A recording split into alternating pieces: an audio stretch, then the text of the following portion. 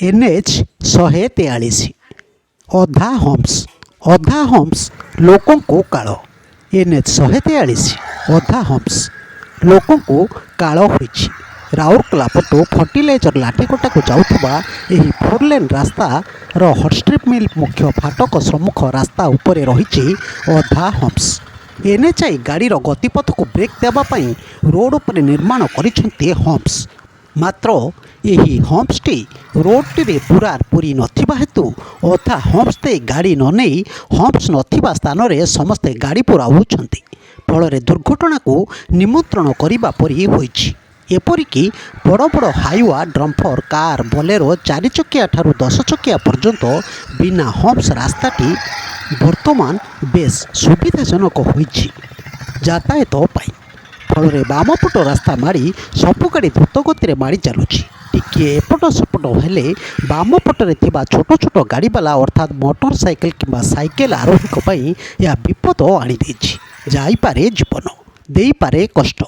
NHAI କର୍ତ୍ତୃପକ୍ଷ ଏହି ବାମପଟ ରାସ୍ତାର 2ଟି ଲେନ୍ରେ ହମ୍ସ ତିଆରି ନ କରି ଏପରି ଅଧା ହମ୍ସ ତିଆରି କରିବା ପଛର ରହସ୍ୟ କ'ଣ ତାହା ଏଯାଏଁ ଜଣାପଡ଼ିନଥିଲେ ମଧ୍ୟ ଏହି ରାସ୍ତା ଦେଇ ଯାତାୟାତ ସମସ୍ତଙ୍କୁ ଅଡ଼ୁଆରେ ପକାଇଛି।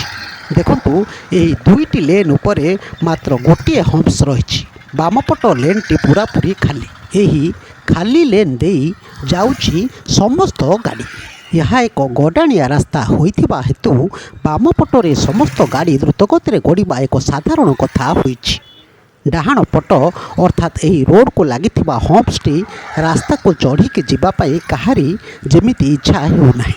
ଫଳରେ ଦୁର୍ଘଟଣା ଘଟିବାର ଯଥେଷ୍ଟ ସମ୍ଭାବନା ସୃଷ୍ଟି କରୁଛି।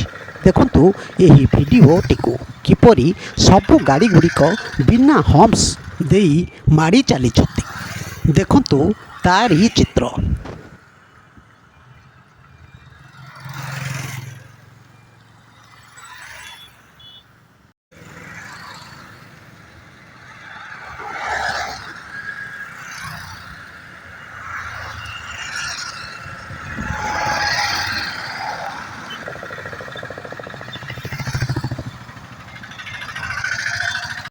ବ୍ୟୁରୋ ନ୍ୟୁଜ୍ ଓଡ଼ିଶା କଥା ୟୁଟ୍ୟୁବ୍ ଚ୍ୟାନେଲଟିକୁ ଆପଣମାନେ ଦେଖୁଛନ୍ତି।